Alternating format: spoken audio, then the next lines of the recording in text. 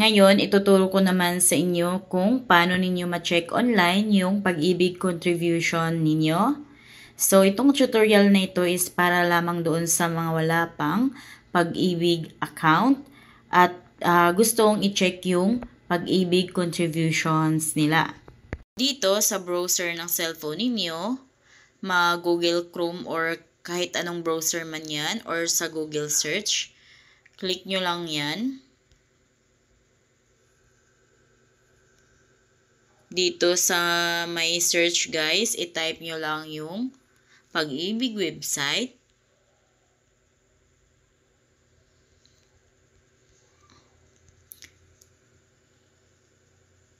Ayan, lalabas na agad dyan yung ganito, yung Pag-ibig website. Click lang natin yan.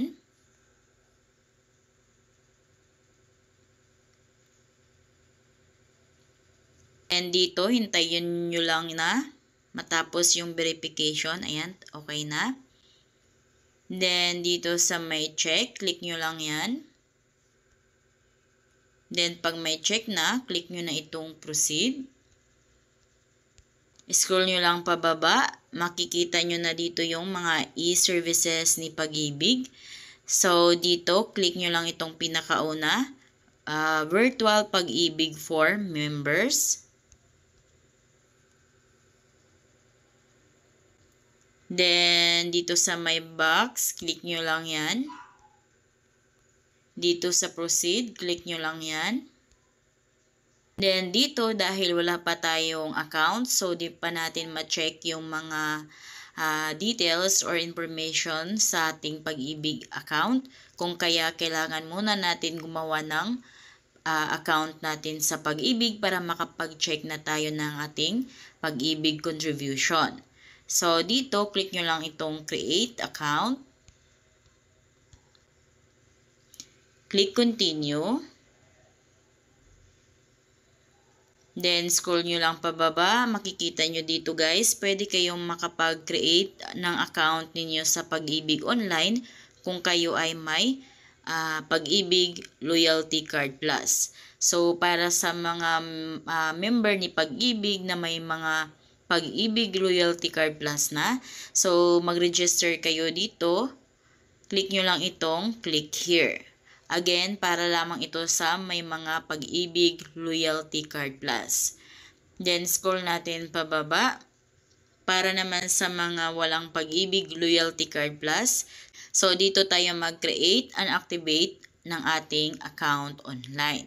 Click lang natin itong click here.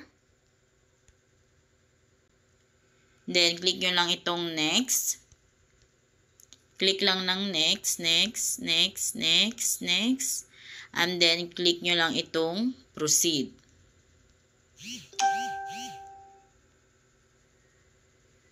Ayan. So, dito guys, ito na yung mga dapat nyong pipilapan. So, kung ano yung nasa record nyo sa Pag-ibig nung nag-fill out kayo na yun, nung kumuha kayo ng Pag-ibig number. So, dapat match dito sa information nyo dito. Dahil pag once na may mali dito sa pag-fill out ninyo, so of course, hindi kayo makapag-proceed or hindi kayo makagawa ng Pag-ibig account ninyo online. So, dapat match doon sa record ninyo sa Pag-ibig. Ngayon, lagay nyo na yung Pag-ibig mid number ninyo, apelyido, pangalan, at yung middle name ninyo. Para naman sa mga Pag-ibig members na walang middle name, so check nyo tong my box. Click nyo yung my box, then pag may check na, okay na yan. So, para lamang ito sa mga walang middle name. Of course, may mga middle name. Lahat halos naman is may middle name. Uncheck natin yan. Ayan. So, bihira lang yung may mga walang middle name. Next is date of birth. Click nyo lang yan. Then, fill out nyo lang. Lagay nyo yung kung kailan kayo pinanganak.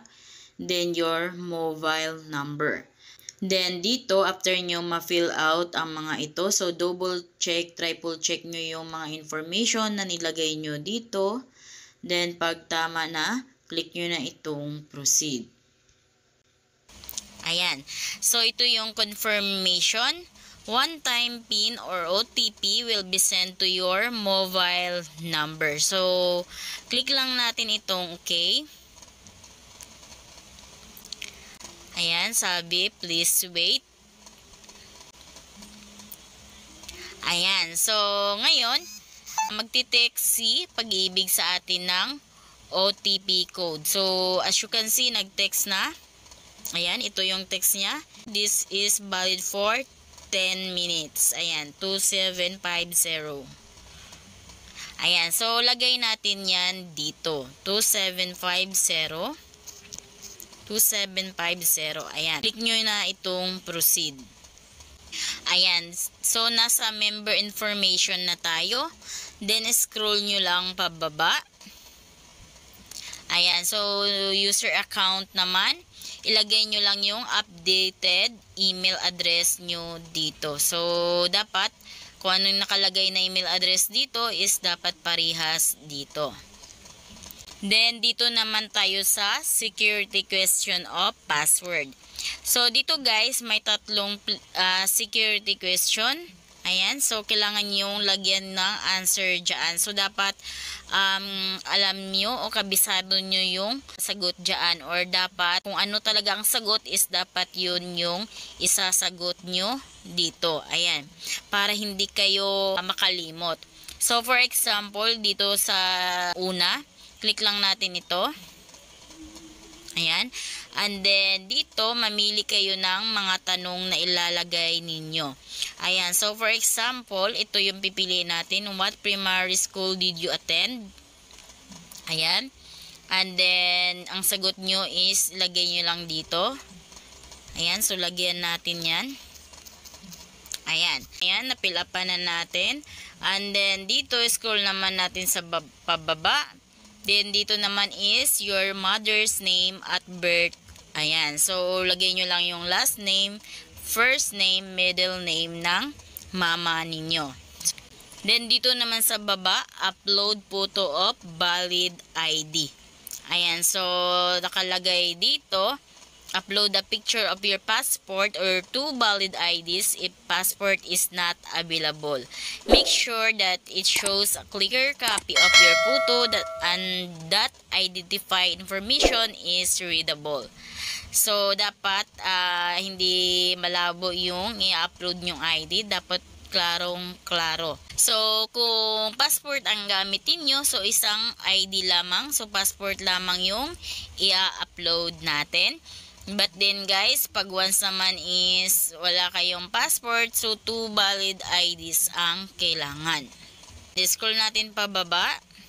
Then, ayan, naka-passport siya. So, click natin tong other IDs pag once wala kayong passport. So, click natin yung other IDs.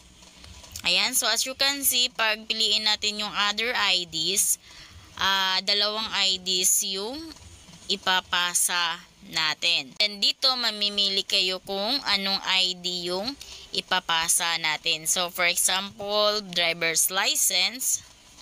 Ayan. And then, isa pang ID. Click ulit natin to.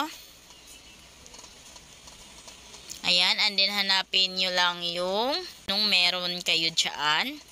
So, halimbawa sa akin, meron akong Social Security System or card. Ayan. Click natin yan. Ayan. So, click lang nyo lang itong select file. Ayan. So, dyan kayo mag-a-attach. So, for example, click natin na itong select file. And then, click files. And then, scroll nyo lang pababa. Hanapin nyo lang yung pinicturan ninyo ng ID ng driver's license ninyo. So, ito yun. Ayan. So, nag-upload na.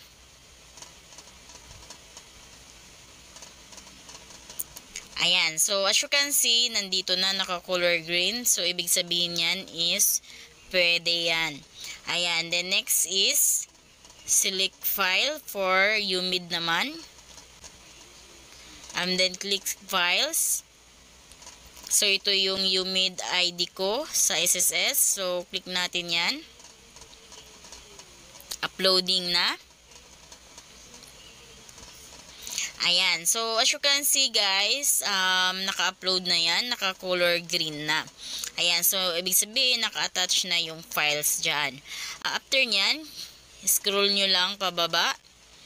Then, dito naman, upload a selfie holding and showing your valid ID. Ito, upload a selfie of you holding your passport or 2 valid IDs, whichever you submitted.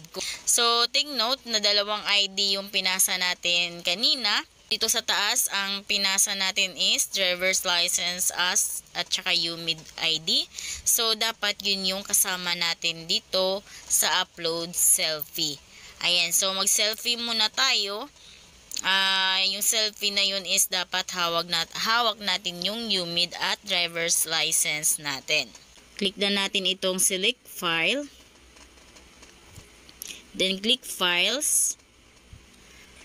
Ayan. So, as you can see, ito na yung selfie photo ko na may hawak akong 2 valid IDs. Click natin yan. Ayan. Uploading na siya. So, ayan. Andyan na yung selfie photo ko. So, scroll natin pababa. Then, dito sa my box, click natin yan. Ayan, and then click submit. Ayan, please wait. Sabi dito, you have successfully created your virtual Pag-ibig account. And so, click OK. Basahin mo natin yung text ni Pag-ibig. Ayan, so ito yung text niya. Hi Joverlyn, you have successfully created your virtual Pag-ibig account. We will notify you by another text message once your account has been activated for you to start viewing your Pag-ibig savings and loan and records and enjoy many more services via virtual Pag-ibig. Ayan. So, ngayon guys, dahil nakapag-create na tayo ng account, maghintay tayo ng ilang araw, mag-text ulit si Pag-ibig sa atin, nagawa na yung account natin sa Pag-ibig online. A few moments later. Pang 5 minutes, nakatanggap na agad ako ng text galing kay Pag-ibig. Nakalagay dito, Hi Joverlyn, congratulations, your virtual Pag-ibig account has been activated. Now you may track your ganyan.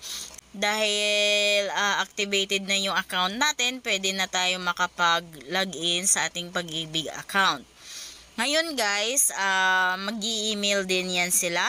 Bukod dito sa text, may email pa yan sila. So, punta tayo sa email.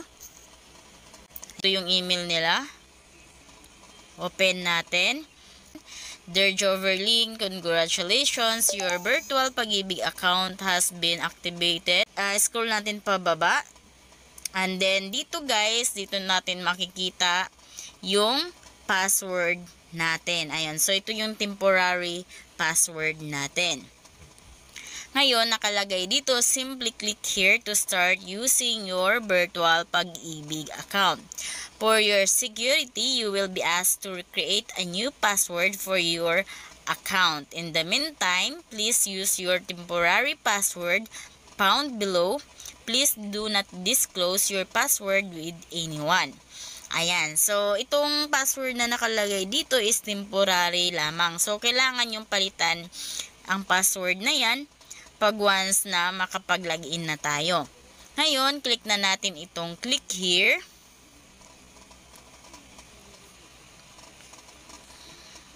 Ito, dahil first time nating mag-login, ito na, first time login. Lagay na natin yung email address natin dito at saka yung temporary password natin. Ayan, din ito confirmation. Ayan, ngayon click na natin itong verify. Ayan, then dito, lagay na natin yung new password natin. So, itong pangalawa, confirmation. So, kung ano nandito, dapat match sila dito. Ayan, and then, after nyo malagay yung password, click nyo na itong submit. Then, ayan guys, nakalagay confirmation, password reset successful. You can now log into virtual Pag-ibig account. Ayan, so click natin yung okay. Ayan. And dito, maglalagin na tayo. So, input natin yung email address natin at yung ginawa nating bagong password. Ayan, lagay na natin. So, mag-login na tayo. And then, click na natin itong login. Ayan, nakapag-login na tayo dahil may Pag-ibig account na tayo. Dito, click lang natin ito. Ayan, then makikita nyo na agad dito. Pa-scroll kayo pababa, then makikita nyo dito yung mga products ni Pag-ibig.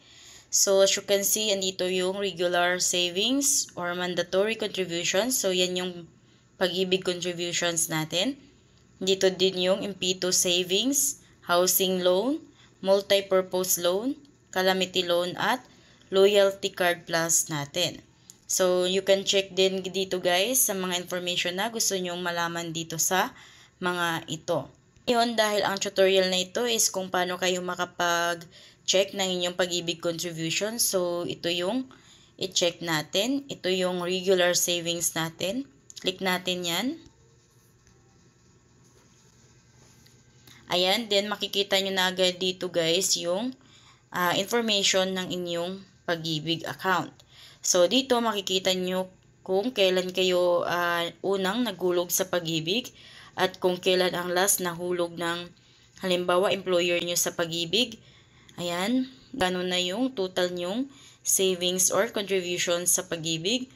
Then, kung ilan na yung total number of contribution at kung magkano na din ang tubo nyo sa Pag-ibig contributions ninyo dito.